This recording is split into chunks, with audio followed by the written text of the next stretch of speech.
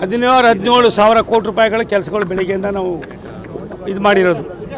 ರಾಜ್ಯ ಸರ್ಕಾರ ನಮಗೆ ಕುಷ್ಟಗಿ ತಳಕಲ್ಲು ವಾಡಿದು 100ಕ್ಕೆ 100 ಅವರೇ ಜಾಗ ಕೊಟ್ಟಿದ್ದು, ಇನ್ನು 286 ಎಕರೆ ಕೊಡಬೇಕಾಗಿದೆ, ಕೊಡ್ತಾ ಇದ್ದಾರೆ. ಆದರೆ ನಾವೇನು ಕಾಮಗಾರಿ ಮಾಡ್ತಾಯಿದ್ದೀವಿ ಅದರೊಳಗೆ ಸಾಕಷ್ಟು ದುಡ್ಡು ಬರಬೇಕಾಗಿದೆ. ನಾನು ಗೊಂದಲ ಮಾಡ್ಕೊಳ್ಳೋದು ಬೇಡ ಅನ್ನೋ ದೃಷ್ಟಿಯಿಂದ ಅದನ್ನು ಜಾಸ್ತಿ ಇದು ಮಾಡಿ 800 ಕೋಟಿ ಚಿಲ್ಲರೆ ಬರಬೇಕಾಗಿದೆ. ಅದನ್ನು ಮುಖ್ಯಮಂತ್ರಿಗಳಿಗೆ ನಾನು ಪತ್ರ ಬರೀತೀನಿ. ಮುಖ್ಯಮಂತ್ರಿಗಳು ಸಕಾರಾತ್ಮಕವಾಗಿ ಸ್ಪಂದಿಸ್ತಾ ಇದ್ದಾರೆ. ಅದು ಎರಡನೇದು, ಇವತ್ತು ಇದೇನಿದೆ ಸಿಂಧನೂರಿಂದ ಗಿಣಿಗೇರ ರಾಯಚೂರು ಮತ್ತು 161 ಕಿಲೋಮೀಟ್ರು ಎಲ್ಲವೂ ಕೂಡ ಮುಗಿಸ್ತಕ್ಕಂಥದ್ದಕ್ಕೆ ನಾವು ಈಗಾಗಲೇ ಒಂದು ಟೈಮ್ ಬಾಂಡ್ ಕೊಟ್ಟಿದ್ದೇವೆ. ಹಣವನ್ನು ಎಷ್ಟು ಕೊಡಬೇಕು ಅಂತಲೂ ಕೂಡ ಯೋಚನೆ ಮಾಡಿದ್ದೇವೆ.